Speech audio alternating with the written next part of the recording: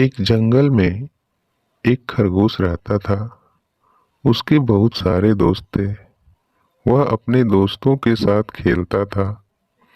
उसको जंगल से बहुत लगाव था। वह हमेशा सोचता था कि मैं कितना खुशनसीब हूँ जो हमारे इतने सारे दोस्त हैं। एक दिन वह नदी के किनारे खेल रहा था। कुछ दूर उसे एक शेर दिखाई दिया जो उसके तरफ बढ़ रहा था। शेर को देखकर वह डर गया, मगर उसने सोचा कि मेरे इतने सारे दोस्त हैं, मुझे डरने की क्या जरूरत है। कोई न कोई मेरी मदद जरूर करेगा। पास ही उसका एक दोस्त घोड़ा घास चर रहा था। उसने भागकर घोड़े के पास गया और उससे मदद मांगी। घोड़ा बोला, मैं तुम्हारी मदद जरूर करता दोस्त, लेकिन मुझे अपने मालिक के काम से जाना है। कहकर घोड़ा वहां से भाग निकला।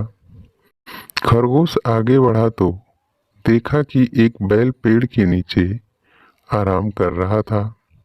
खरगोश बैल के पास पहुंचकर बोला, बैल भाई, एक शेर इधर आ रहा है। तुम अपने नुकीले सींगों से उसे डराकर भगा दो। बैल खड़ा हो गया और बोला, दोस्त, मैं उसे डरा जरूर देता, मगर मुझे किसान ने खेत पास पहुंचा और शेर के आने की बात बकरी से बताया। मुझे अपनी पीठ पर बैठाकर यहाँ से दूर ले चलो बकरी बहन।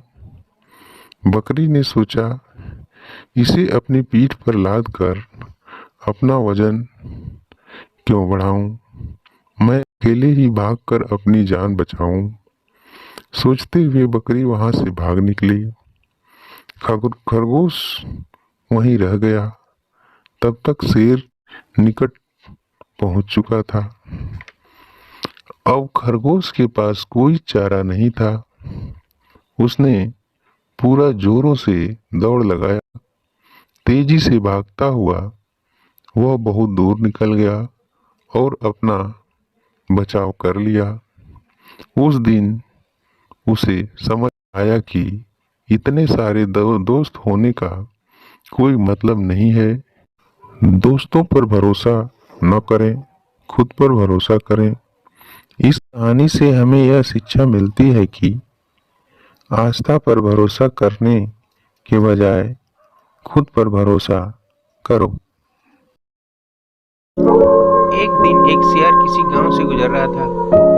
गांव में उस दिन बाजार लगा था। सियार जब बाजार से गुजरा तो वहां लोगों की भीड़ दिखाई देने लगी। वहां लोग जोर जोर से चिल्ला रहे थे और तालियां बजा रहे थे। कौतूहल बस उस भीड़ की ओर से चला गया और उसके बीच से पुकार देने लगा कि आखिर माजरा क्या है। उसने देखा कि वहां दो हट्टी कट्टी बकरियों के बीच लड़ाई हो रही है। दोनों बकरियों की देखकर लड़ाई चल रहा रहे हैं। अपने सींगों के युद्ध से दोनों ने एक दूसरे को लहूलुहान कर दिया था। उनके शरीर से खून बहने लगा था। इसके बाद भी उनमें से किसी एक को विजयी घोषित नहीं किया गया था। ताजे रक्त की महक जब सियार के नाकों तक पहुंची तो उसका लार टपकने लगी। उसे बकरियों के पास जाने से रोका नहीं गया। वह बकरियों के पास जाकर खून को चाटने लगा। चाटते चाटते वह बकरियों के निशाने पर आ गया। उसके मुंह में बकरियों के खून का स्वाद आ गया था। अब उसका स्वामित्व और बढ़ गया। उसने सोचा कि क्यों नहीं इस बकरियों से मैं अपने पेट की भूख शांत कर लूं। बस फिर क्या था, उसने आओ देखा न ताओ लड़ाई कर रही बकरियों के ऊपर टूट पड़ा और इस बेदखल से बकरियां और भड़क गई और उनका गुस्सा और भड़क गया और वो दोनों बकरियों ने सियार को दे पटक मारा और चारों खाने चित्त हो गया और दोनों बकरियां तब तक तक सियार की धुनाई करती रही जब तक कि वह मर नहीं गया। कोई भी कदम उठाने से पहले भली बात ही सोच लेना चाहिए। लोग के वशीभूत होकर उठाए गए कदम पतन की ओर ले जाता है। एक दिन शेर पानी पीने के लिए तालाब के पास आया। शेर ने देखा कि शेर जहां पानी पी रहा है उसी के पास एक मगरमच्छ बैठकर आराम से धूप सेक रहा है। शेर को यह बात अच्छी नहीं लगी कि कोई उसके सामने इतना निर्भीक होकर आराम करे। शेर मगर से बोला, क्या रे मगरमच्छ, तुझे दिखाई नहीं देता क्या? यहाँ जंगल का राजा पानी पी रहा है और तू मेरे पास में लेटा हुआ है और आराम से धूप सेक रहा है। शेर की बात सुनकर मगरमच्छ बोला, तुम होंगे जंगल के राजा तो अपना रुतबा अपने पास रखो। मैं भी पानी में रहने वाला एक तालाब का राजा हूँ। मगरमच्छ की बात सुनकर शेर को गुस्सा आ गया और शेर ने मगरमच्छ पर हमला कर दिया। उस समय मगरमच्छ जमीन पर था, इसलिए शेर ने मगरमच्छ को बुरी तरह से घायल कर दिया और मगरमच्छ ने किसी तरह तालाब में घुसकर अपनी जान बचाई। शेर के द्वारा की गई इस बेइज्जती से मगरमच्छ को बहुत गुस्सा आया और मगरमच्छ भी किसी तरह से शेर से अपना बदला लेना चाहता था। एक दिन शेर को जंगल के किसी दूसरी जगह पर जाना था। जंगल के उस हिस्से तक जाने के लिए तालाब को पार करना पड़ता था। शेर ने बड़े ही आराम से तालाब पार कर रहा था। तभी मगरमच्छ ने शेर को देख लिया, मगर शेर से अपना बदला लेना चाहता था, इसलिए मगर ने शेर पर हमला कर दिया। इस बार लड़ाई पानी के अंदर थी, इसलिए मगरमच्छ ने शेर को बुरी तरह से घायल कर दिया। शेर किसी भी तरह अपनी जान बचाना चाहता था। शेर तेजी से किनारे की तरफ बढ़ा और तालाब से निकलकर उसने अपनी जान बचाई, किंतु इस लड़ाई में शेर पूरी तरह से घायल हो गया था। शेर को भी समझ आ गया था कि पानी में रहकर कभी भी मगरमच्छ से बैर नहीं करना चाहिए। शेर और मगर की कहानी से हमें शिक्षा मिलती है कि पानी में रहकर कभी मगरमच्छ से बैर करना नहीं चाहिए, अर्थात आश्रयदाता से कभी शत्रुता नहीं करनी चाहिए। एक जंगल में बहुत सारे जानवर रहते थे। उसी जंगल में एक बूढ़ा बंदर भी रहता था। बंदर अपनी होशियारी और चतुराई के लिए जाना जाता था। जंगल में जब किसी प्रकार की मुसीबत आती थी तो सभी जानवर अपनी समस्या का हल निकालने के लिए बंदर के पास ही जाते थे।